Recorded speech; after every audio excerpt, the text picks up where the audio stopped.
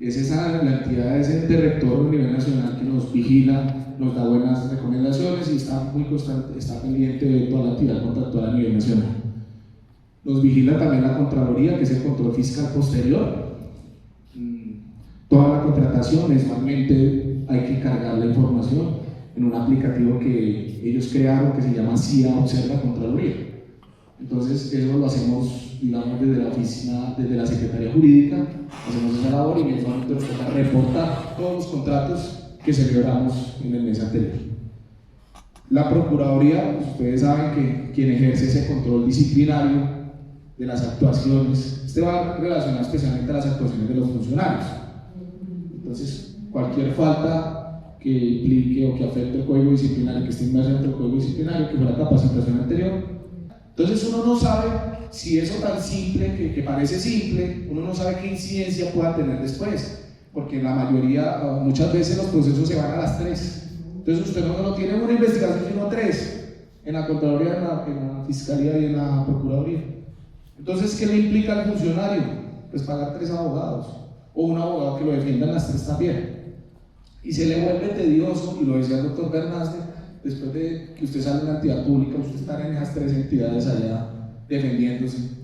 Y entonces, si usted va a la entidad y le cayó mal, de pronto usted maltrató a un funcionario y le cayó mal, y el mismo funcionario le ayuda a esconder los propios documentos para que no se pueda defender, porque lo viví en una entidad que estuve, donde el mismo funcionario sabe dónde fue el pecado y le esconde los documentos y llega el ordenador del gasto 2 años después de que salió el cargo a buscar que le colabore.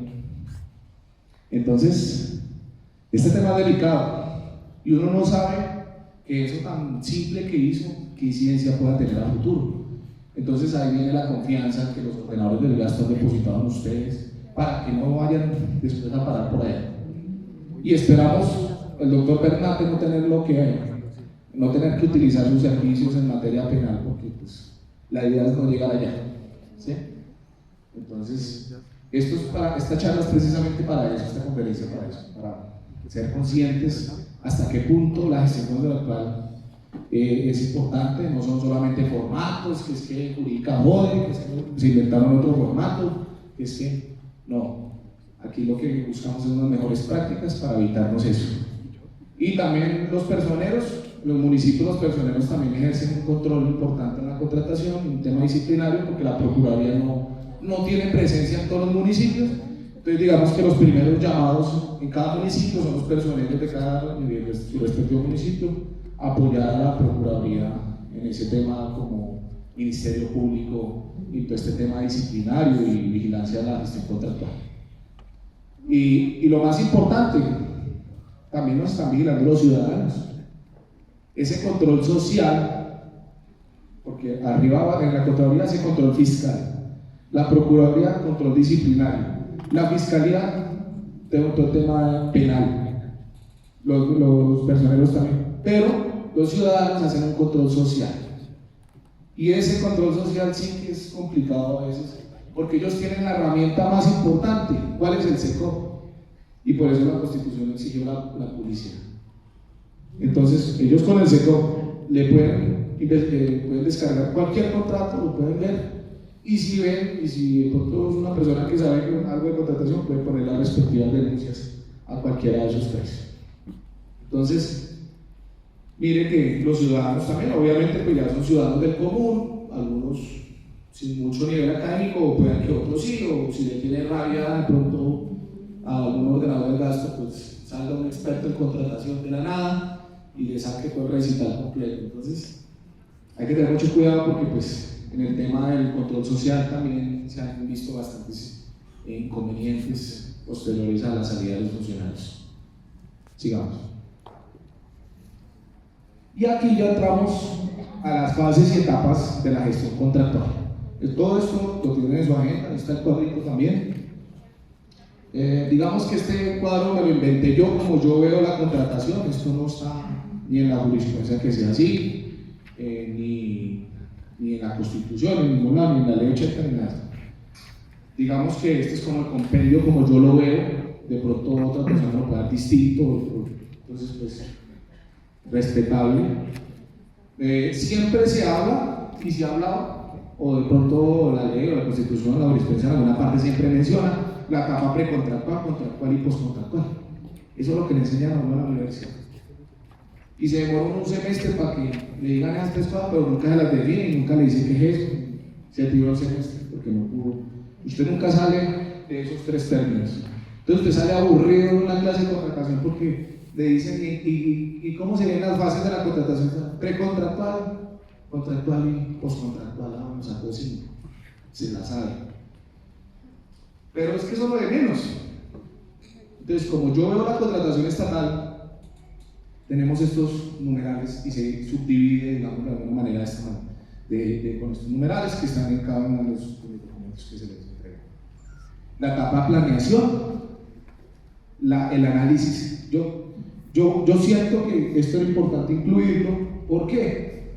Porque con el decreto que les mencionaba al inicio, el 310, si no estoy mal, de marzo del 2021, ya hablamos que los mecanismos de agregación de demanda no es que sean opcionales, ahora es que son obligatorios.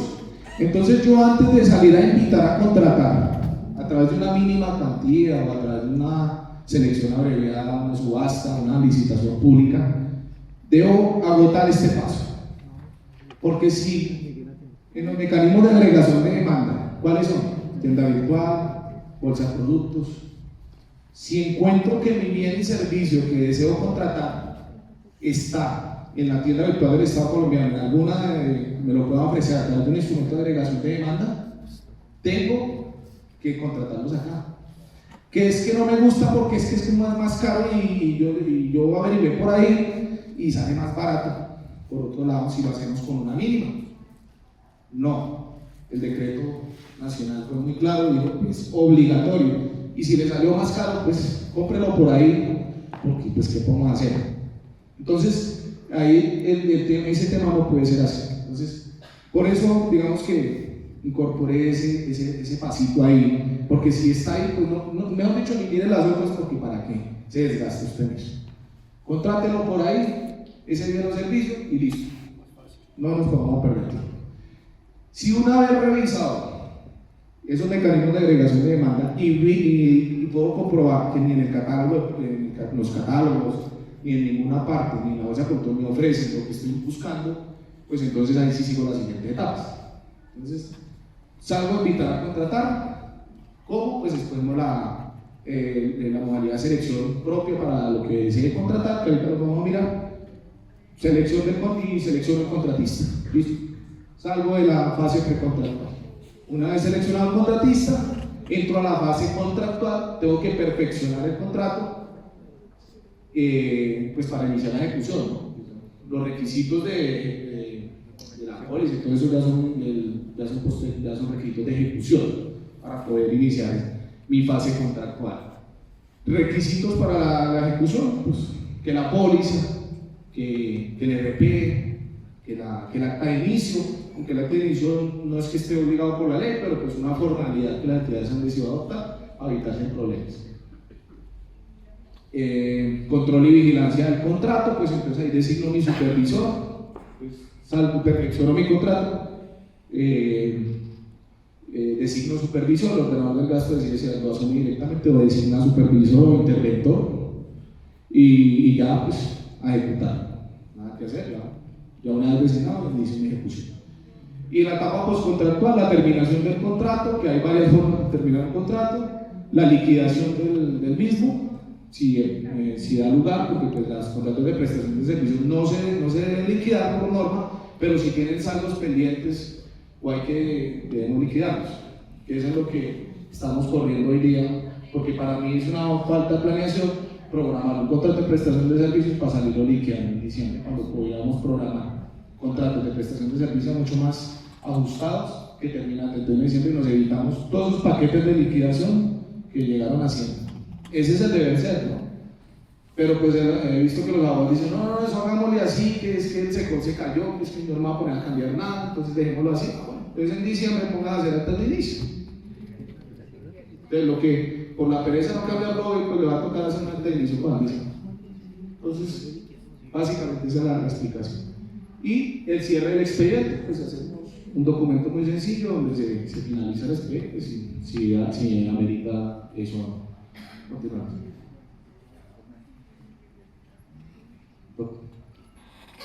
Entonces, ahí vamos a empezar ya con la etapa precontractual, que es la que tienen ustedes ahí en su material. Sigamos. En esta parte, pues en concordancia con el principio de planificación que dice el decreto 111 del Estatuto Orgánico de Presupuesto, pues decidimos nombrar esta parte la planeación, que es lo que muy poco se hace en las entidades. Entonces, el pobre abogado llega recién contratado y le tiran a 50 contratos y dice que eso es para allá. Pero el jefe asume que sabe.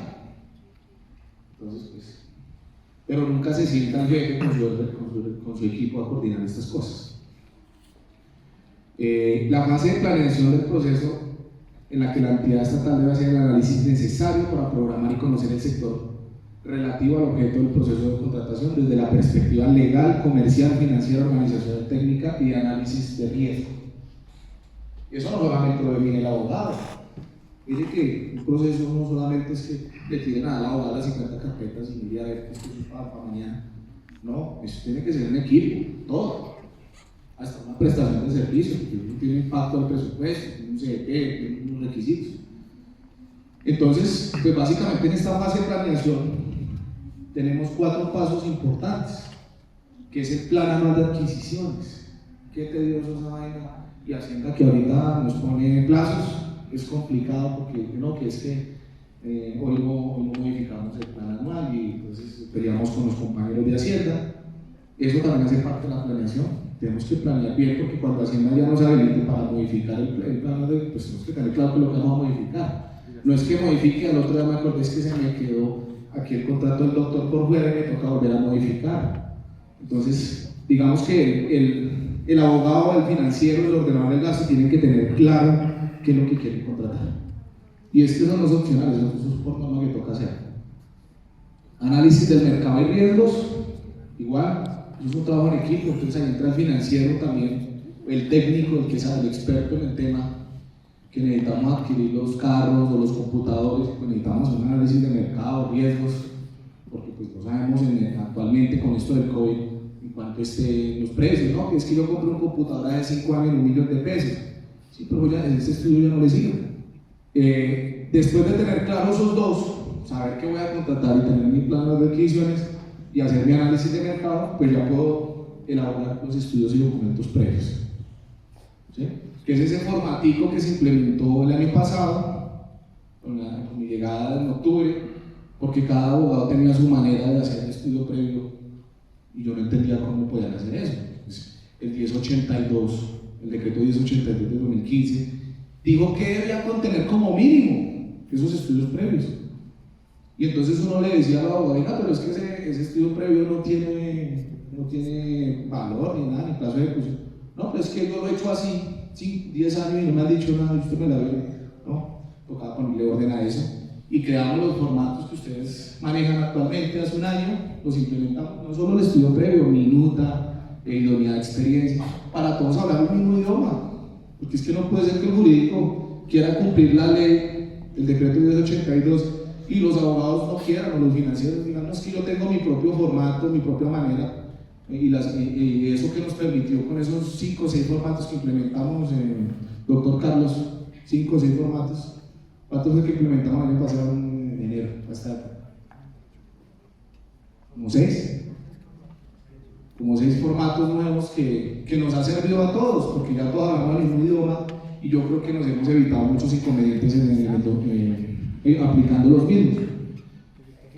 La elaboración de pliego de condiciones también está reglamentado, que es lo que es llevar los pliegos de condiciones, pero ¿cuál es el truco ahí? Haciendo un buen estudio previo, pues este es mi insumo para elaborar mi pliego. No es mucha la diferencia, claro, el pliego tiene otras condiciones, pero si yo soy juicioso y hago un buen estudio previo, créame que no va a tener problemas para elaborar un pliego de condiciones. Ni financiero ni el abogado va a sufrir con eso. Y el quinto, el certificado de disponibilidad presupuestal, pues desde luego ya aprobado por la Secretaría de Hacienda y todo el trámite, ya puedo tener mi respaldo presupuestal que me permita salir a contratar. Depende de la modalidad, porque en la licitación pública hasta el acto de apertura no se exige PDP, hasta antes del acto de apertura, entonces pues depende de la modalidad. Sigamos. Entonces aquí está el programa de adquisiciones, que es esa herramienta para facilitar a las entidades para identificar, registrar, programar y divulgar sus necesidades de bienes, obras y servicios. ¿Y hasta cuándo tengo plazo? Hasta el 31 de enero de cada año para publicar mi plan de adquisiciones con el que arrancó la vigencia fiscal. Entonces, pues ahorita creo que los compañeros de Hacienda nos tienen habilitado todo el mes, ¿no? ¿O tenemos fechas? O sea, bueno, entonces ¿no? Bueno, entonces todo el mes. Bueno, entonces tenemos la ventaja que este mes, como estamos en contingencia, ellos nos abren el PA todo este mes para poder hacer nuestra contratación, porque solo tenemos hasta el 28 de enero para celebrar contratos de manera directa. Incluso en una circular es antes del 22 de enero, creo que ya el 22 de enero deben quedar todos los contratos suscritos y damos esa última semana para revisar de pronto los pendientes, porque muy posiblemente en la última semana colapse la plataforma. Eso hay que tenerlo muy en cuenta, porque no podemos confiarnos que tenemos plazo hasta el 28, porque eso no depende solo de nosotros, sino de un agente externo, que son los de Colombia Compra, que nos tienen que garantizar plataformas. Si no tenemos plataforma, no podemos suscribir los contratos y muy posiblemente se nos puedan quedar muchas personas por fuera. Por eso es importante comprometernos en estos días que quedan, 25 días que nos quedan. Si nos toca trabajar en la plataforma de noche, en la madrugada, pues nos tocará hacer ese esfuerzo. Háblenlo con sus ordenadores del gasto y después que les den permisos en febrero o marzo, compensando todo ese tiempo, pero en este mes les pido y les ruego que por favor trabajemos de manera conjunta y muy comprometidos las 24 horas del día. Sigamos. Este es más o menos un plan de adquisiciones. Al final hacemos un par de preguntas. Anterior. Este es el plan de adquisiciones más o menos, según las cartillas de Colombia Compra, cómo se ve. Entonces, sería básicamente un ejemplo. Mire, aquí por ejemplo tenemos un capítulo de estado de la vigencia futura, ya vimos que era la vigencia futura, ahí le dice que si tiene vigencia futura no, ese posible contrato que se va a suscribir, le pone que no, que sí. Entonces yo ya con mi plan de adquisiciones claritico, ya sé que voy a contratar como ordenador del gasto y mi equipo tiene que estar sintonizado con esto, porque pues, no es que yo le ponga al abogado y me diga, venga, y eso tiene PA. O llegué a jurídica, no, es que eso no tenía PA, entonces devolverle la carpeta por un PA. Eso sí es terrible y espero que no siga sucediendo. Pues ahorita no nos podemos dar ese lujo de tantas devoluciones. Sigamos. Esto sí que es complicado de hacer, porque uno le dice en el formato de estudio previo, pues va junto al estudio de mercado, hay entidades donde lo tienen separado, que les gusta más que el estudio de mercado esté separado, que porque se hacen unos super estudios y son 200 páginas, entonces que es mejor dejarlo aparte. Es válido, de todas maneras el formato que tenemos deja anexos para que si quieren complementar algo.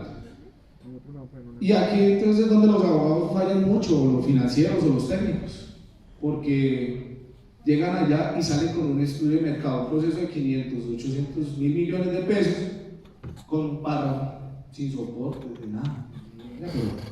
Pero es que ¿dónde va? Venga, usted hizo estudio de mercado, claro, mire, ahí está, claritico, ¿no? Y entonces, para evitarme todo ese dolor de cabeza, decidimos, o pensé que lo mejor era que antes de que trajeran un estudio de mercado, y le he dicho a mis abogados, porque esta cátedra se la di a mis abogados, se la repito todo el tiempo, los abogados de jurídica, cuando les traigan un estudio de mercado, que por lo menos se hagan estas preguntas, las tienen ahí en la agenda. Porque si no se han hecho estas preguntas, pues ese señor no sabe ni dónde está parado. Y no me vengan a salir con párrafos, porque esa persona muy posiblemente no tiene claro qué es lo que desea contratar, y fue y le dijo al jefe que ya estaba listo el estudio de mercado. Entonces, por lo menos hagamos nuestras preguntas: ¿qué necesito? ¿Por qué lo voy a contratar? ¿Para qué lo voy a contratar? ¿Cómo lo voy a contratar? ¿Qué alternativas me ofrece el mercado? ¿Tengo recursos para satisfacer la necesidad? Entonces tengo que mirar si cuento con el recurso o no. ¿Qué dice mi plan anual de adquisiciones? Si está o no está. ¿Qué marca sabe cuáles son las especificaciones técnicas del producto? Entonces tiene que salir el técnico y tener claro qué es lo que quiere comprar. Entonces, porque va a comprar los computadores, el ingeniero de sistemas no sabe. Me pregunta a mí, ¿cómo lo quiero? Pues yo no sé, usted es el experto. Entonces, el ingeniero tiene que traer las alternativas. Mire, si compramos este computador con esta ficha técnica, nos vale esto, o esta opción. Entonces, hay que traer todas las opciones y el secretario definirá de acuerdo al presupuesto que el financiero tiene que decir, espere porque no nos alcanza para este, pero sí para este. Eso es una discusión en la etapa de planeación que se tienen que dar, pero todos tienen que tener clara la información, porque pues, el ordenador del gasto no puede asumir todo tampoco. ¿Cuáles son los indicadores financieros que va a solicitar? Si da lugar o no. Pues si es un amigo, ¿cómo va a pedir indicadores? ¿Cuál es la cadena de producción? ¿Qué regulación tiene en el sector? ¿Qué normas tributarias podrían afectar el contrato? Entonces tenemos aquí unas causales. Entonces la gente piensa que solo la prestación de servicios, no, mire, tenemos la urgencia manifiesta, que esa sí que es delicada porque los entes de control, esos son bajo circunstancias especiales, por hechos de la naturaleza, mejor dicho, unos temas sanitarios, mejor dicho, o sea, algunos mandatarios les gusta, a otros no nos gusta tanto porque eso es muy delicado y está sujeto siempre al control de la Contraloría, un control especial. Los contratos de empréstito, eso sí, la entidad financiera que apruebe el crédito, entonces pues ahí no tendría que, digamos que aquí en Hacienda se hizo un proceso más transparente, se hizo una convocatoria a todos los bancos del municipio para financiar las grandes obras, aunque la ley no los obligaba, ellos quisieron hacer una mínima chiquita, bueno, no sé, un proceso ahí que muy transparente, donde le dijeron a toda la banca del país, por favor, queremos hacer estos proyectos, necesitamos 300.000 millones, un cupón de endeudamiento de 300 millones, invitados todos a participar y vamos a hacer una convocatoria para los interesados que pasen sus propuestas y revisamos quiénes están interesados. Y quedaron 4 bancos que cubren el cupo de los 300 millones, entonces pues un tema muy transparente, muy importante que se hizo un ejercicio ahí. Yo les hice ese acompañamiento en su momento. Los contratos o convenios interadministrativos, otra causal de contratación directa. Los contratos para el desarrollo de actividades de ciencia y tecnología, también. Bueno, ese es un tema, un hilo muy delgado porque pues, no todos lo quieren pasar por ciencia y tecnología, pero no todo es así. Entonces, las entidades han tenido inconvenientes, algunos funcionarios ordenadores han tenido inconvenientes porque han tratado de abusar de esa figura. Entonces, me inventé una aplicación, pero eso es ciencia y tecnología. No siempre. Entonces, hay que revisar muy bien. Contratos de cargo fiduciario, eso es con el sector financiero. Este sí que es importante y también la gente abusa mucho de esta. Cuando no exista pluralidad de oferentes. Y es así que muchos pecan por ahí. Solamente lo puedo hacer en algunos casos. Cuando el contratista o el posible proveedor sea propiedad industrial o de los derechos de autor, proveedor exclusivo en el territorio nacional. Digamos que solo tengo esos casos especiales, pero no hay que abusar de ellos. Porque resulta que mucha gente se va por ahí, especialmente en el tema de los software.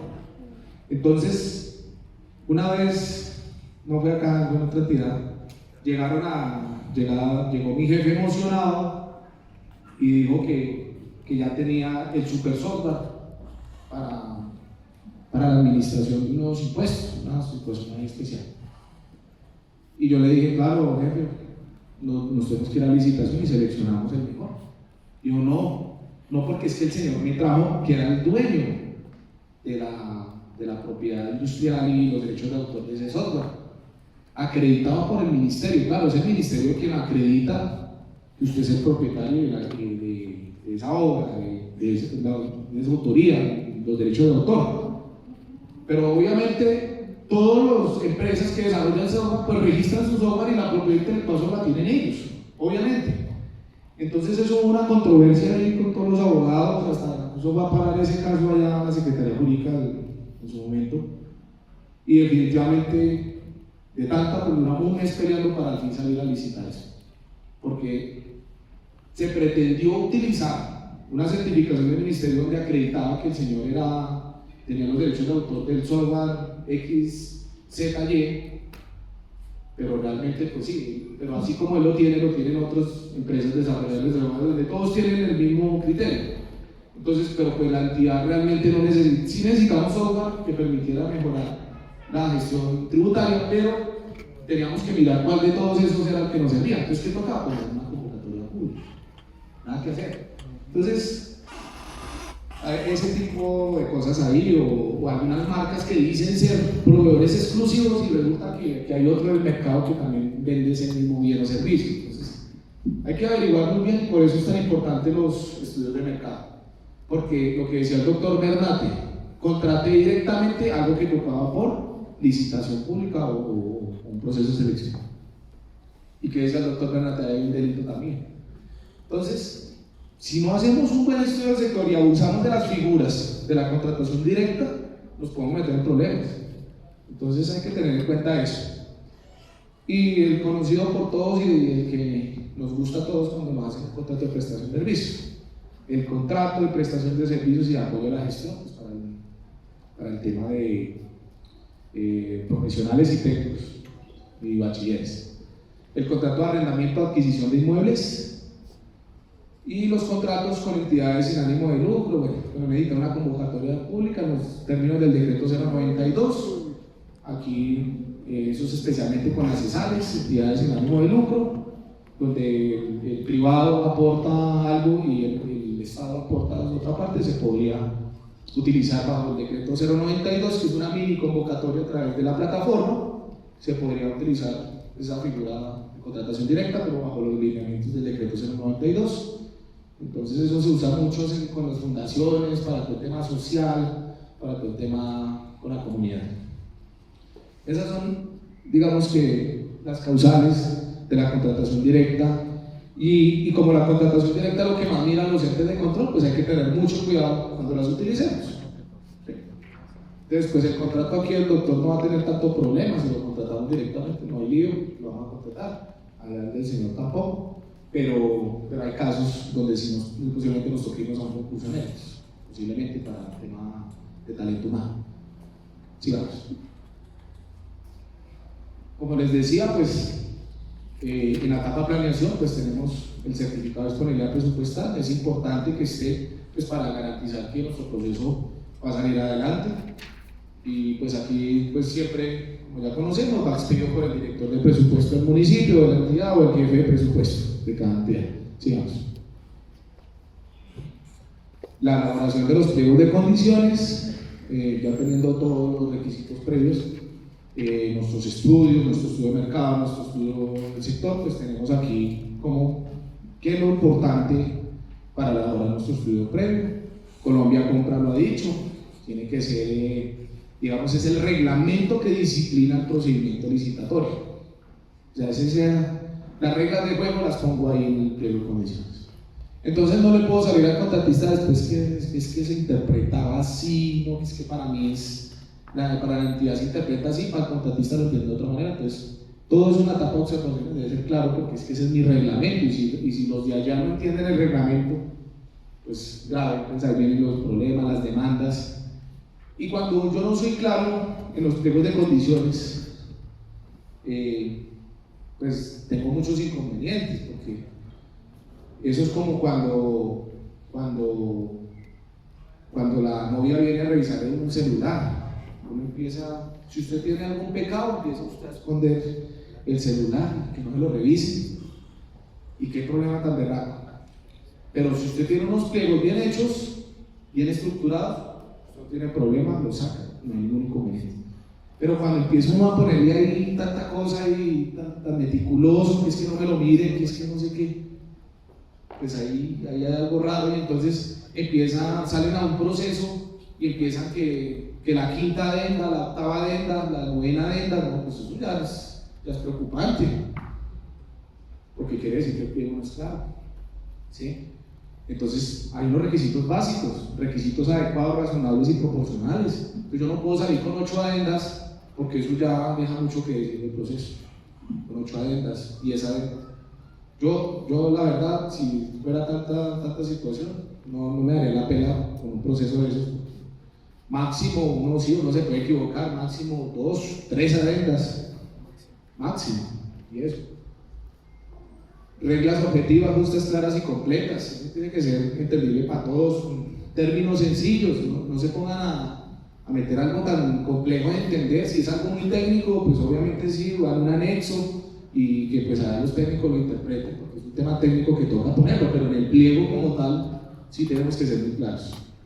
Y los criterios que garanticen la participación de todos. Aquí ya hablamos de pluralidad de oferentes.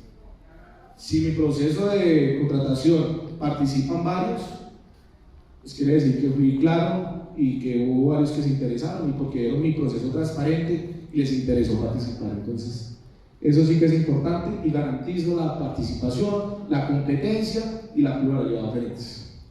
¿Sí? Estos son los mecanismos de agregación de demanda que les decía, que vimos ahorita, los acuerdos marco, la tienda virtual del Estado colombiano, la bolsa mercantil. Aquí están los artículos donde reglamenta cada uno de esas formas de adquirir bienes o servicios.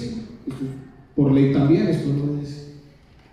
Por eso era tan importante adquirir ese capitulito, que antes de salir a invitar a contratar, pues sí era importante revisar que si mi bien o servicio está en alguno de estas plataformas, las puedo adquirir a través de estas plataformas, entonces es obligación hacerlo. Básicamente eso, ahí están los artículos del decreto 1082 donde nos habla de cada uno de ellos. Pues que por lo menos los estudios traigan un aspecto general de análisis de datos, entonces hay los financieros, no es duro de nada son datos, la innovación de desarrollo técnico, regulación aplicable al proceso, otros contextos. Las generalidades como para aterrizar mi estudio de mercado, al menos saber dónde me ubica. A el componente estudio de oferta, aquí sí, con las preguntas que lo hicimos anteriormente, ya voy a tener claro mi estudio de oferta. Entonces yo ya sé quién vende, qué marcas hay, dónde lo consigo. Entonces se va a facilitar mucho con las preguntas anteriores hacer este estudio en estos tres. O sea, es todo en un documento. Si quieren anexo o el resumen, como lo quieran manejar, eso ya el tema de la forma no interesa. La dinámica de producción, así más o menos lo que economía compra, y el estudio de la demanda. Entonces, pues, los abogados se enredan muchas veces en que cómo, de dónde saco la información. Cotizaciones. Entonces van y le piden cotizaciones a la señora de la esquina, a la droguería de la esquina, o a la tienda de Don Luis. Si ya tengo mi estudio de mercado, absurdo, porque es que el estudio de mercado no solamente las cotizaciones es la única fuente de información. Yo puedo utilizar dos fuentes adicionales, como cuáles. ¿Cómo se ha adquirido en otras entidades públicas? Entonces busco en el SECO cómo han contratado otras entidades públicas con cotizaciones más serias. Por lo menos si van a cotizar, coticen en una gran superficie, coticen en un lugar reconocido. No me vale, es que a veces traen unas cotizaciones que esa ferretería solo la conoce el de allá la vuelta a la esquina, de donde vive. Entonces, es una vergüenza, ni tienen. Entonces es una grosería eso. Entonces, ya le he dicho a mis abogados, pilas con el estudio de mercado, algo serio, pero si me la traen de ISKI, Home Center, uno dice, no, pues esta gente es más seria. Pero aún así no me confío. Entonces, aún así, ¿qué voy a hacer? Voy y miro cómo han contratado en otro lado. Entonces busco ejemplos de otras entidades públicas y hago un cuadro que digo, la alcaldía de Medellín contrató algo similar por tal valor, bueno, eso me sirve de referencia. Y ahorita, para los que no conocen, el SECOP 2 tiene un aplicativo para proveedores, para averiguar los proveedores que posiblemente me ofrezcan este servicio o bien o servicio. Entonces tengo tres formas. Entonces la gente dice, ¿de dónde saco la información si es que no sé de dónde conseguirla? Pues hermano, y tiene el SECOP 2, busque el listado de posibles proveedores, ahí le sale. Usted con los códigos de las Naciones Unidas, usted mira ahí más o menos y va buscando, llame, pregunte. No, que no me contestar, bueno, pues busque con otras entidades, tampoco, no, pues cotizaciones, pero yo necesito tener algo de referencia para poder fijar el valor de mi proceso contractual, porque yo no puedo ir a comprar aquí porque sí, porque recordemos que los recursos públicos no son ilimitados, Esto también es, ahí detrás de eso hay un andamiaje de los compañeros de Hacienda cobrando impuestos para que usted venga aquí a comprar por sobrecostos. Entonces hay que tener en cuenta eso. Sigamos. Entonces este es el cuadro, ahí está en el material. Pues el resumen de la guía, más o menos lo que busca, los tres aspectos que busca la guía de Colombia Compra. También hay una guía, que es el manual para la identificación de cobertura de riesgo de los procesos de contratación, que también es de Colombia Compra. Pues aquí en la resumí también para que los que quieran ahondar, pues busquen las guías, están en la página de la Agencia Nacional de Contratación Pública y pueden indagar un poco más. Entonces, cuando vayan a terminar los riesgos, también hay un COMPES nacional, hay varias fuentes de información donde yo puedo determinar los posibles riesgos cuando vaya a estructurar mi proceso de contratación. Entonces, pues tengo que mirar qué eventos pueden impedir la adjudicación y firma del contrato como resultado del proceso de contratación, los eventos que alteren la ejecución del contrato, el equilibrio económico del contrato, la eficacia del proceso de contratación y la reputación y legitimidad de la entidad estatal que va a prestar el bien o servicio. Yo que estuve un mes como secretario general, sí que fue difícil fijar la tabla de riesgos para la construcción del centro administrativo municipal. Hace 2-3 meses estábamos en esa discusión, porque es que los riesgos surgen desde lo técnico especialmente, no tanto desde lo jurídico, pero el técnico tiene que tener claro qué situaciones me pueden impedir ejecutar efectivamente mi contrato. Entonces nos demoramos casi un mes para determinar solo los riesgos, discutiendo en un lado, llegaba un ingeniero y daba unos argumentos interesantes, no los teníamos en cuenta, llegaba otro y se formó el debate, la mesa de trabajo que estamos hablando, y se pudo definir una tabla seria que nos va a permitir, ojalá, pues, llevar muy bien la construcción del centro administrativo, teniendo en cuenta la situación a nivel mundial, teniendo en cuenta los costos del acero, porque ya no vale lo mismo como hace 2-3 años, el acero está por las nubes. Entonces, todos esos riesgos es lo que nos permitía determinar. Sigamos. Eso también está en el manual, ¿no? Los estudios y documentos previos. Aquí era donde yo les decía que hace un año cada abogado tenía su propia manera de hacer estudios previos. Y yo lo que le decía a mis abogados en el momento, pues lo mínimo que debemos exigir es que cumplan lo que está en el decreto 1082 de 2015. Y miren que nos lo dice taxativamente en uno de sus artículos, incluso modificado por el decreto 399 del 13 de abril de 2021, miren, normatividad vigente. ¿Sí? Decía que el 1082 se va quedando atrás y va haciendo sus modificaciones. Y miren lo que me pide para todo tipo de proceso contractual a la excepción de la mínima cuantía. Me pide estos 8 requisitos, que no voy a poner a hablar de ellos porque pues no nos da tiempo. 8 requisitos básicos. Y eso era lo que les estaba pidiendo a los abogados y financieros en su momento. Y decían que no, que porque ellos tenían su manera de hacerlo. Es que aquí no es que tengan su manera de hacerlo, ni lo que el jurídico diga tampoco, es que es la ley la que lo dice. Entonces lo que busca el jurídico es buscar las mejores prácticas y no montársela a la gente, porque la gente es que me la tiene en rojo y llevo un mes haciendo el estudio previo y me lo han devuelto 3 veces. Es que los de jurídica les caigo mal. No es que le caigamos mal, es que no está cumpliendo esto tan sencillo. Claro, cada punto tiene que desarrollarlo en su estudio y por eso se creó ese formatico. Pero pues como dentro de las modalidades que previó la ley 1150 del 2007, dentro de las nuevas modalidades, recuerda que les decía que crea 3 más, la ley 1150 también, pues el decreto 1082 es consciente de ello y para la mínima cuantía exige 5 requisitos nada más de los 8. Entonces, pues en el estudio previo borran lo que no les aplique y dejan únicamente los 5 de la mínima cuantía. Entonces es mucho más sencillo porque pues la ley entiende que esa modalidad de contratación de la mínima cuantía lo que busca es celeridad y adquirir rápido ese bien o servicio. Entonces pues, no podemos exigir más requisitos que las otras modalidades que son mucho más grandes los presupuestos. Entonces aquí está básicamente esta, si quieren anoten los artículos para que los tengan en cuenta, aunque en el formato está, pero pues no es cosa del otro mundo. Entonces sigamos. Este cuadrito resume todo lo que les decía de la ley 1150. Entonces, con la ley 80 solamente hablamos de licitación pública y de algunas formas de contratación directa, pero con la 1150 de 2007 ya hablamos de 3 más. Este cuadrito es el resumen más básico de contratación pública. Entonces, ya no pueden venir a decir los abogados que es que no conocen las modalidades y que no saben cuál aplicar, porque ahorita vamos a mirar qué se evalúa en cada uno.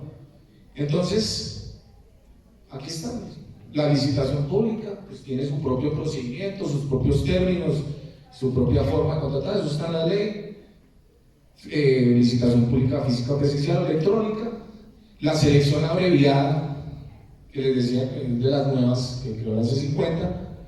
Miren que en el marco del decreto reglamentario de 82 nos lleva a otras formas de selección abreviada, ¿sí? Entonces tenemos selección abreviada para adquisición de bienes o servicios con características técnicas uniformes, o tenemos selección abreviada menor cuantía.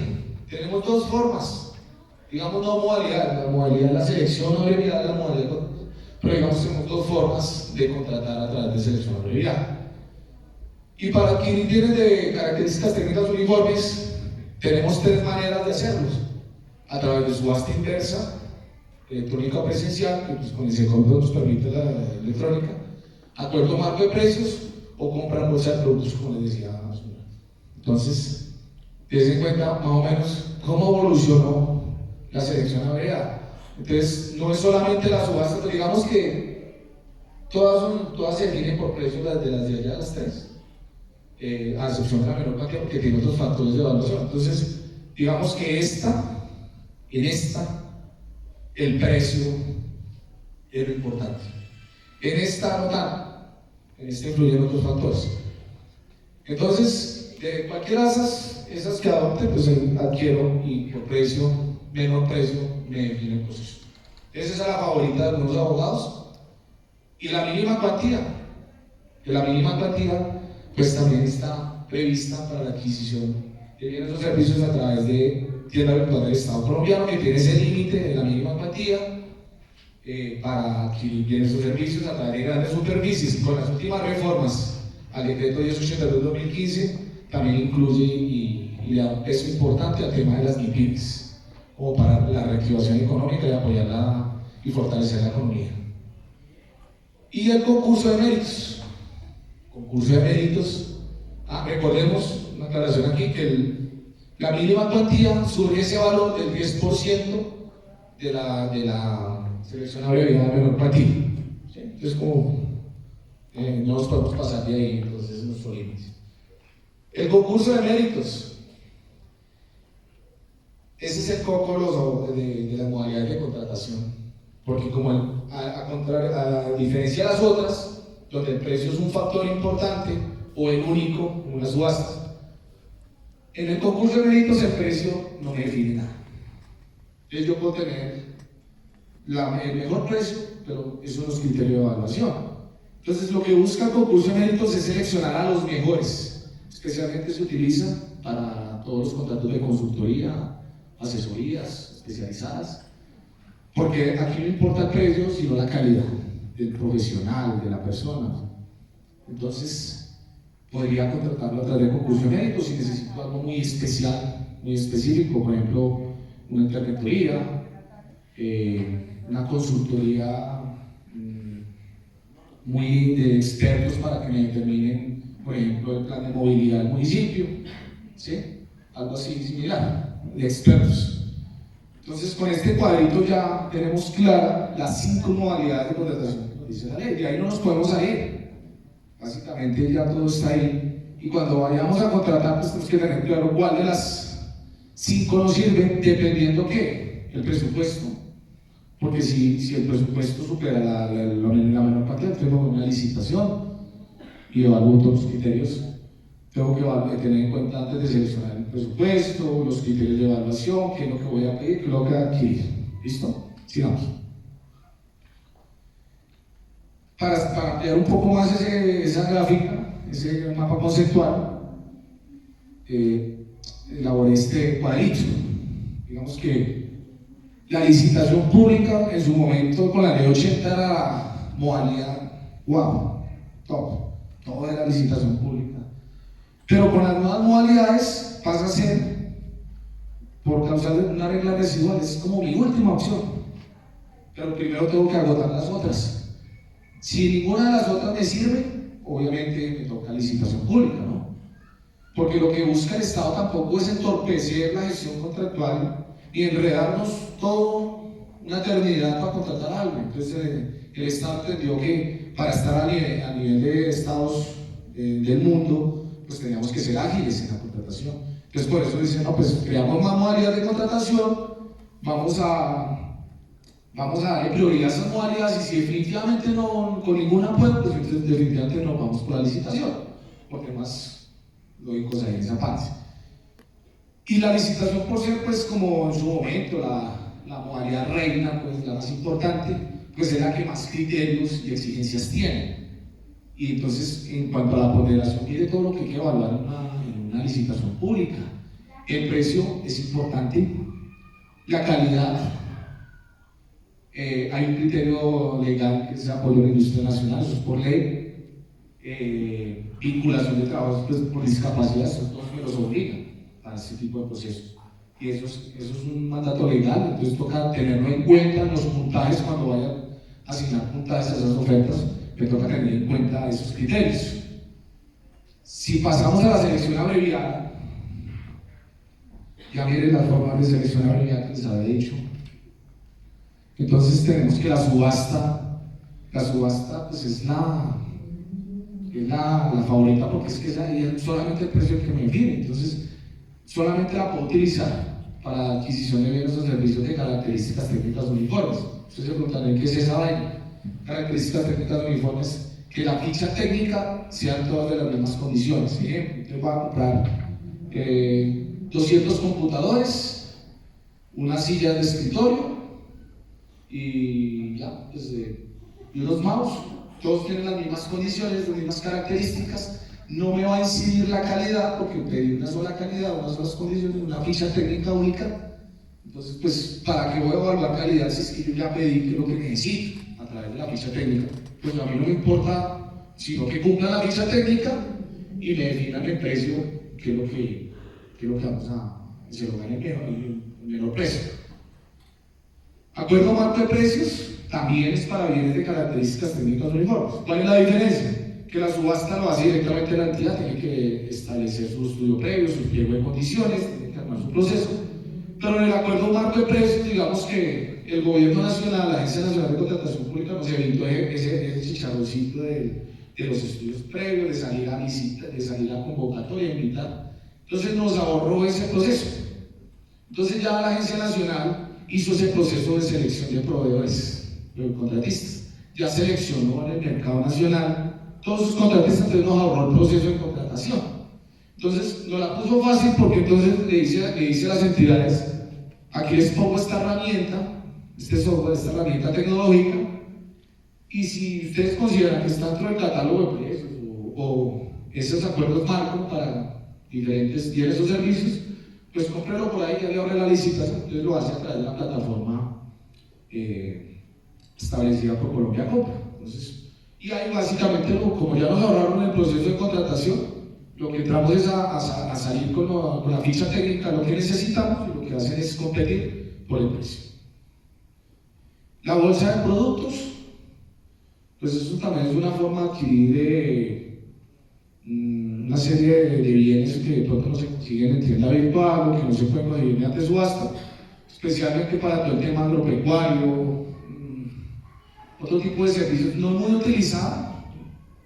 Esto es como una tercerización, que sale uno como a buscar algo y sale un tercero allá y yo se lo consigo, y es muy transparente porque pues también compiten por el precio. Entonces, incluso la norma lo permite, no es una cosa así, que es un poco rara porque no se utiliza mucho, pero es posible contratar ahí también. Y la selección abreviada de menor cuantía. Entonces, lo mismo, la subasta. Tengo que hacer mi estudio previo, tengo que estudiar el proceso, unos pliegos de condiciones, y efectivamente lo vamos a utilizar para distintos tipos de contratos que implique la evaluación de precio, que incide la calidad y apoyo a la industria nacional. Digamos que el tema de trabajadores con discapacidad pues, no está obligado en ese momento. Entonces voy a evaluar esos criterios. Entonces eso es lo que me va a definir el proceso contractual, esos criterios de evaluación. Y la mínima cuantía, pues como ya lo decía, es el 10% de la menor cuantía y solamente lo define el precio. Yo no sé a quién en la alcaldía les gusta mucho esa mínima cuantía, pues a todos nos gusta porque es rápida y eso, pero la verdad no impacta en el presupuesto. Uno se da cuenta que la gente se desgasta haciendo 15 mínimas cuantías para ejecutar 800 millones, 700 millones, cuando pueden a través de una menor cuantía, una licitación pública, ejecutar de una vez 5.000, 7.000 millones, y entonces a uno no lo deben medir por la cantidad de procesos. Cuando viene la evaluación del presupuesto, uno no lo mide. ¿Cuál fue la secretaría que más hizo procesos? Vamos a darle un premio a esos abogados y a esos técnicos y a esos financieros que son muy pilos. Hicieron 18 mínimas cuantías en el 2021. ¿Y cuánto ejecutaron? Como 1.500 millones. ¿Y cuánto era el presupuesto de la Secretaría? No, le han dejado 25.000 millones. ¿Usted cree que eso impacta en el presupuesto de la ejecución? Entonces, ¿qué va a pasar? A lo que no del gasto al final lo van a valorar de la vida, pero ejecución, 8%, 20%, 15%, una ejecución muy pobre. Entonces, pues la mejor forma es uno irse por las grandes. Claro, las modalidades grandes implican más trabajo, entonces al abogado le toca trasnochar, al financiero lo llaman los domingos, entonces uno nos gusta. Pero es la única forma de ejecutar el presupuesto bien y rápido, como es. Lo que pasa es que implica más esfuerzo, ¿sí? La otra favorita son acuerdos marco, entonces ahora no, que me sobra presupuesto, pues compremos sillas y compremos carros y hasta de pronto ni necesitan. O compremos mesas, pero pues es por comprar. Digamos que el gobierno nos ahorró esa fase del proceso de contratación, pero pues tampoco se trata de comprar por comprar cosas que no necesitemos. Entonces, a mí me gusta mucho la menor cuantía de la licitación pública y en mi vida profesional siempre le hice el quite a la mínima y a las UPS, a las prestaciones de servicio. Yo les decía a mis jefes, no me llene de prestaciones de servicio porque me llegaban 150 prestaciones de servicio y haga 5 mínimas. Yo les decía, no, más bien, porque no me da unas 2 licitaciones y unas mínimas cuantías y unas subastas, me parece mucho más. Claro, es un esfuerzo más grande, entonces mientras yo tenía 4 o 5 procesos solo, mis compañeros tenían 150 contratos de OPS y 5 mínimas. Y yo tenía mis 4 o 5 procesitos y ahí iba. Me demoraba 3, 4 meses, ya pues tanto estructurando como adjudicando. Entonces, depende por la vía que cada quien se quiera ir. Entonces, aquí no nos van a evaluar por la cantidad de procesos que hagamos, sino por la cantidad la cantidad de ejecución que tengamos, la capacidad de ejecución que tengamos. Es eso, sigamos. No, la anterior, ¿qué pasó? Eso. Como les decía anteriormente, concurso de méritos. Aquí el precio, si ven que desaparece, aquí me interesa es la calidad. Entonces uno siempre piensa que la contratación directa es solo un contrato de prestación de servicios y de apoyo a la gestión que le da uno. Pero mire que hay varias formas de contratación directa, cualquier cantidad. La selección del contratista, pues aquí, pues para algunos procesos que no son directos o en algunos procesos de contratación como la licitación pública se exige una audiencia pública para poder seleccionar al contratista en audiencia. Hay otras modalidades de contratación que no exige audiencia, como la selección abreviada, como la mínima cuantía, pues desde luego la directa obvio que no, y pues depende si es necesario ir a audiencia, lo seleccionamos en audiencia. Sí tiene que ser mediante acto administrativo, también aplica para algunas modalidades, acto administrativo, resolución motivada, y pues que obviamente es irrevocable, ¿no? Una adjudicación después de adjudicar no tiene recurso, el que ganó, ganó, el que perdió pues se pone bravo, pero pues ¿qué podemos hacer? Si considera que el proceso no fue transparente, pues tome las acciones legales pertinentes, pero pues ya se adjudicó y se seleccionó a nuestro contratista. Sigamos. Entonces entramos a la etapa contractual, como les decía, ya después de toda esa etapa de planeación, toda esa etapa de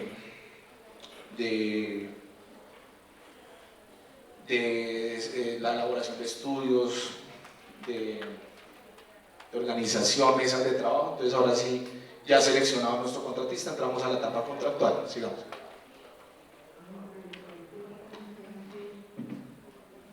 Entonces, aquí como les decía, el perfeccionamiento. Entonces, pues, en términos generales, se entiende perfeccionado cuando se logra un acuerdo sobre el objeto y la contraprestación de dicho acuerdo se eleve por escrito. Entonces, ahorita con lo de SECOP 2, pues, con la firma electrónica, pues, acreditamos la suscripción del contrato. Las entidades que aún siguen en SECOP 1, pues, mediante documento escrito o un anexo en el SECOP 2 enclausulado, y lo que estamos haciendo ahorita. Digamos que es como una solemnidad ahí que tiene que ser por escrito, pues para tener claro nuestras obligaciones, tener claro a qué se obligan las partes. Sigamos. Requisitos para la ejecución de los contratos. Aquí sí es importante, y eso es lo que uno no cree, pero todavía algunas secretarías, lo digo aquí para el caso Soacha, seguimos fallando. Digamos que hemos creado un formato de acta de inicio, que es una solemnidad, la ley no es que lo exija, pero lo hemos puesto, lo hemos implantado. Pero pues estamos fallando muchas veces en tener en cuenta estos tres, especialmente los dos primeros, porque pues el acta de inicio no es obligatoria en la norma, pero estos los dos primeros sí, que es el registro presupuestal y la aprobación de la garantía, pues de conformidad con lo establecido en el 1082. Si no tengo acta de inicio, pues no es tan grave, pero si no tengo uno de estos dos, sí es gravísimo. ¿Y qué pasa si no tengo uno de estos dos? Se me puede constituir un hecho cumplido. Y aunque ustedes no lo crean, aún sigue sucediendo en algunas secretarías esos hechos cumplidos. Y lo más grave es que creen que eso es de paseo. Entonces llegan y se acuerdan que se acabó el año, 31 de diciembre, presupuesto cierra, ya no hay nada que hacer, no hay más CDP ni registros de esa vigencia.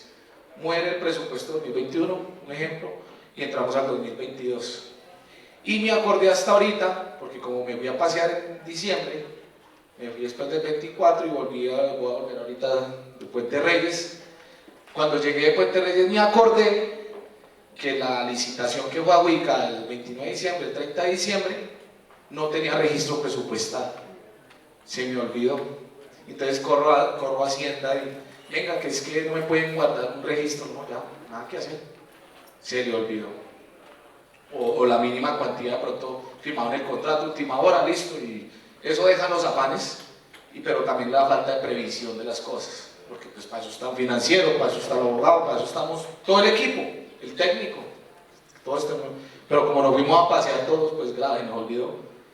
Y entonces se nos quedó el contrato sin registro presupuestal, y entonces piensan que lo podemos sacar de la vigencia 2022, no, pues lo sacamos de presupuesto este año, que ahí hay plata, que ahí hay recursos.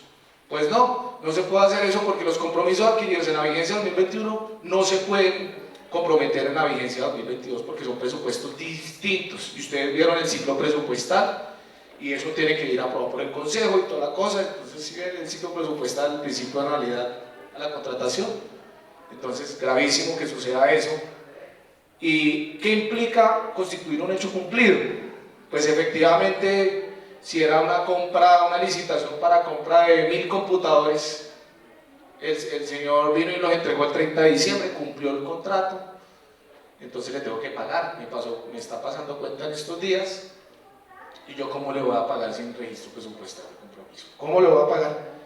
Pues grave, me toca decirle al señor y pasar por la vergüenza al señor, el ordenador del gasto tiene que pasar por esa vergüenza, de decirle que no la va a poder pagar hasta que no se haga una conciliación prejudicial ante Procuraduría, de la Procuraduría General de la Nación.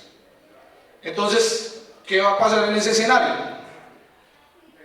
O también si se me olvidó la póliza, ¿no?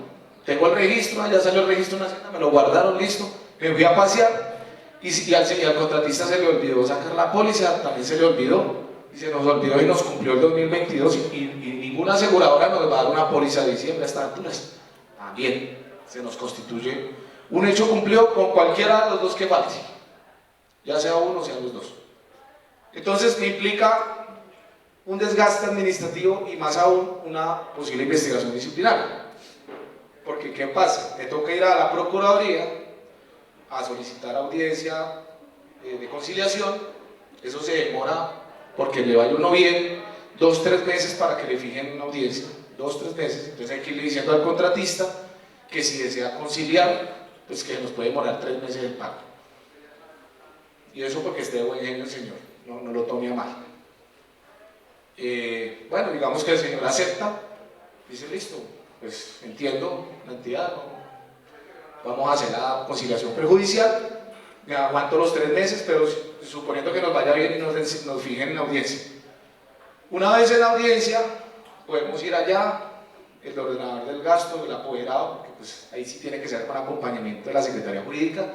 Nosotros colocamos el abogado que represente al municipio, que pues ya aquí ya no es un problema solo del secretario, sino que se le vuelve un problema ya al municipio, porque es que la obligación no solo de la Secretaría tal, sino que la obligación pecuniaria es a cargo del municipio. Entonces, pues ahí van con nosotros asignamos el abogado externo, lo enviamos a la audiencia y el procurador nos puede decir, sí señor, no, vamos a conciliar, efectivamente el señor entregó los 1000 computadores, usted tiene que pagarle, porque señor, vamos a levantar acta autorizando que con un pasivo exigible, que tocaría también hacer el trámite pasivo y avalado por la Procuraduría, pero eso no se queda así. Arreglón seguido, si bien le tiene que pagar al señor y les autorizo que le paguen, se compulsan copias para una investigación disciplinaria y se le va a iniciar proceso disciplinario por omitir un deber legal. ¿Qué es esto? Mire algo tan sencillo como una póliza, como un registro presupuestal, lo que incide. ¿Por qué? Porque se le ve el contrato sin el cumplimiento de los requisitos. Afortunadamente son contados, son pocos casos, pero lo digo es para que tengamos cuidado, tengamos mucha atención en esto. Cierre de año y inicio de año no es para uno irse a pasear, yo diría que como intervinientes de la gestión contractual sí tenemos que tener en diciembre y enero esos 2 meses mucho cuidado para que no nos pase esto. Y el tema de los hechos cumplidos jurisprudencialmente ya se ha dicho mucho, ya se ha desarrollado y la gravedad del mismo. Entonces, como para tenerlo en cuenta, sigamos. Ahí está el registro presupuestal, que es el documento expedido por el jefe de presupuesto, que me garantiza pues el recurso, el compromiso, ¿sí? Y pues que me afecta el presupuesto, desde luego, ya comprometido el recurso, porque el certificado de disponibilidad me lo habilita, me lo pone sobre la mesa, pero aún no lo he comprometido. Entonces, lo comprometo es cuando ya hay un contrato de por medio, una obligación por parte de la entidad. Entonces, ahí sí tengo que irme a expedir mi registro presupuestal. Por eso puede variar al valor del CDP. Entonces, yo puedo tener un CDP de 500 millones, pero resulta que en el proceso de subasta se lo ganó uno que ofertó por 350, entonces me van a quedar 150 millones, solo comprometo los 350 que me obliga el contrato. Básicamente es eso. Sigamos. Aprobación de la garantía, pues el decreto 1082 pues, nos habla de distintos tipos de garantía. La aprobación, pues también tenemos una formalidad que es un acta que se hace al interior de las entidades. Se hace un acta de aprobación de garantía, pues es un tema solemne y pues se deja también ahí por escrito. Y hay varios tipos de garantía, no es solamente la póliza es una de 3 garantías nomás. Está el contrato de seguro contenido en una póliza, que es el que conocemos normalmente, el patrimonio autónomo y la garantía bancaria, que se utiliza para otro tipo de operaciones. Entonces, pues no me voy a entrar a andar en esto. Sigamos. Sí. Sigamos. El acta de inicio, bueno, lo mismo, es una solemnidad. Pues muchas entidades la utilizamos pues, para evitarnos inconvenientes con el contratista. De pronto en un posible incumplimiento sí es importante tener referencia de la fecha de inicio del contrato. Aunque es una solemnidad, sí, no sobra, ¿no? Sigamos. Posterior a eso, entramos a control y vigilancia. Una vez suscrito mi contrato, perfeccionado mi contrato con los requisitos que vimos anteriormente, entonces tengo que designar supervisión o interventor si da lugar. Aquí están las diferencias entre uno y otro, está también en el material y que se les suministró. Pues no me voy a poner a andar ahí porque pues ahí está definido cuál es cuál. El doctor Bernates hizo una observación importante, que el interventor se vuelve casi un empleado público en el momento que es designado interventor. Entonces, imagínense la gravedad del asunto. O sea, tampoco es que mi vinculación es a través de prestación de servicios, pero en el momento que sea que mi objeto contractual sea para una designación, una posible interventoría, un apoyo a una interventoría, tengo una responsabilidad distinta con el solo hecho de ser designado interventor. El supervisor no. Entonces, pues en algunas entidades los contratistas son supervisores, en entidades como la nuestra, los contratistas únicamente apoyan la supervisión. Digamos que los supervisores o la supervisión se ejerce directamente por los funcionarios de planta. Entonces, pues ahí no hay otra cosa así es diferente. La interventoría desde luego es mucho más especializada, requiere un conocimiento técnico, porque todo el mundo puede ser supervisor, pero no todo el mundo puede ser interventor, por la complejidad técnica que eso acarrea y la responsabilidad que decía el doctor Bernat inicialmente. Sigamos. Y pues ya posterior a eso, pues iniciamos nuestra ejecución, que es básicamente el cumplimiento de la prestación a cargo del contratista y la contraprestación de la entidad. Entonces, ya una vez comprometido el registro, ya una vez aprobada la póliza de garantía, ya una vez designado el supervisor o interventor, ya podemos iniciar sin ningún inconveniente en la ejecución de nuestro contrato. Sigamos. Y ya finalmente pues entramos a nuestra última etapa, la postcontractual. Sigamos. Entonces en la etapa postcontractual, una vez ejecutado mi contrato, pues tengo que terminarlo. Hay dos formas de terminarlo, normalmente y la manera anormal. La normal, pues que se termine el plazo de ejecución, se culminó mi contrato, perfecto, el contratista cumplió sus obligaciones contractuales, no hay ningún inconveniente. O en algunos contratos donde es por monto agotable, entonces se acabaron los recursos, la entidad no puede adicionar, no puede hacer nada, entonces se termina nuestro contrato, porque pues el contratista ejecutó, se agotaron los recursos y no hay ningún inconveniente, terminamos de manera normal. Pero también hay terminaciones de manera normal, y pues en esto sí hay algunos inconvenientes.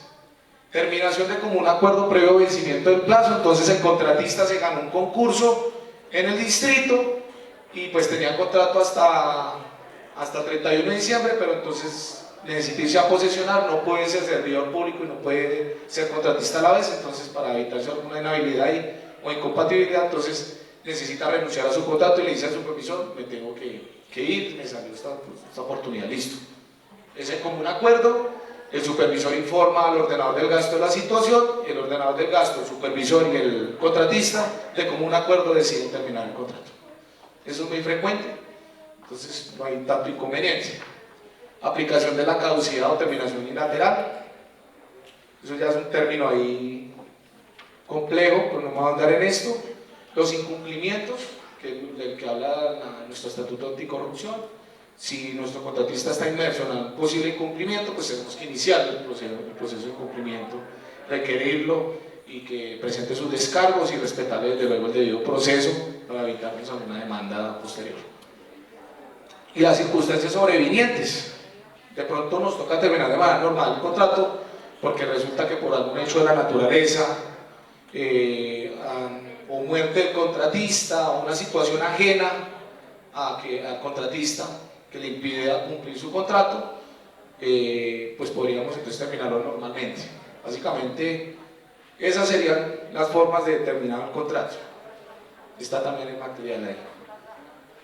Procedo a la liquidación del contrato a los que haya lugar. Ya decíamos que las prestaciones de servicios no, pero pues aquí en diciembre estamos liquidando todas las prestaciones de servicios.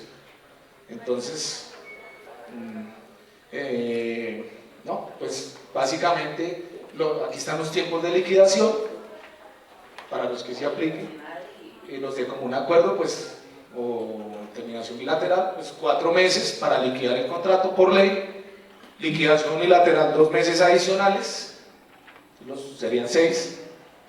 O la liquidación judicial de caducidad del medio de control. Ahí sí no me puedo pasar de los 2 años, porque entonces ya la forma del medio de control se me podría extinguir la posibilidad de acudir a la autoridad judicial. Y finalmente el cierre del expediente. Una vez vencidas las garantías que correspondan dentro de los términos contractuales y legales, el supervisor del contrato realizará el cierre del expediente una vez haya verificado que cuenta con todos los soportes técnicos, financieros y jurídicos. Aquí es básicamente una verificación del contrato, que estén las cuentas completas, que estén los informes completos, que estén los anexos completos, y el supervisor pues ya está tranquilo de que su supervisión se hizo efectivamente, se ejecutó el 100% del contrato. La terminación fue normal, se cumplió el plazo del contrato, se terminó normalmente, simplemente es sacar la carpeta y echarle una verificación con un supervisor. Hay supervisores que optan por dejar un acta de cierre de una página, que se verificó tal fecha, tal día, no sé qué. Hay otros que no lo colocan, no es obligatorio, es opcional, la ley no lo pide, pero pues depende ya cada supervisor cómo decida ejercer esa supervisión. Básicamente es el cierre del expediente. Y ya pues para terminar esta conferencia, que nos quedamos cerrando, vamos a cerrar con esto y vamos a entrar al panel de preguntas muy rápidas y cerramos el evento. Para el 2022, desde la Secretaría Jurídica y del despacho del señor alcalde, se expidieron estos 3 documentos. Se expidió el decreto 158 del 1 de diciembre, en el cual se delega una facultad especial y se dictan otras disposiciones. ¿Por qué? Porque nacieron 3 nuevas secretarías y ya no derogó la anterior, porque pues la administración cambió, la estructura orgánica de la administración cambia, nos tocaba adaptarnos a esa nueva realidad y a esa modificación de la planta de personal. Entonces aquí se vinculan en esa resolución los 3 nuevos secretarios con la facultad de contratar para poder evitar ese inconveniente. Eso que implica que en los contratos de toda la administración, tienen que ir mencionado en las minutas el decreto 158 del 1 de diciembre de 2021. Entonces, si en la minuta está el antiguo, entonces por favor mis abogados, devolverlo inmediatamente. Ya creo que esto fue socializado previamente, porque si no estaríamos invocando un acto administrativo que no está vigente porque derogó el anterior. Segundo punto, tenemos la circular DA 027 del 15 de diciembre del 2021, expedida por el señor alcalde municipal, donde pues otorga unas recomendaciones a los secretarios del despacho, directores, jefes de oficina y funcionarios, unas recomendaciones para esta vigencia especialmente. Básicamente con lo que tiene que ver con libreta militar, porque ha habido mucha controversia con eso en la libreta, que soporte es el que no sirve, que cuál no sirve, que sí, que sí no. Ahí hay unas claridades. También con el tema del retus para los profesionales de la salud. Y bueno, y otras recomendaciones ahí como aclarando ciertas situaciones que se nos han presentado en la vigencia 2021. Y tenemos la resolución 1637 del 7 de diciembre del 2021, que es la que los contratistas estaban esperando con ansias, que fija y adopta la tabla de perfiles de honorarios como referente máximo para los contratistas de prestación de servicios profesionales y de apoyo a la gestión en el municipio de Soacha.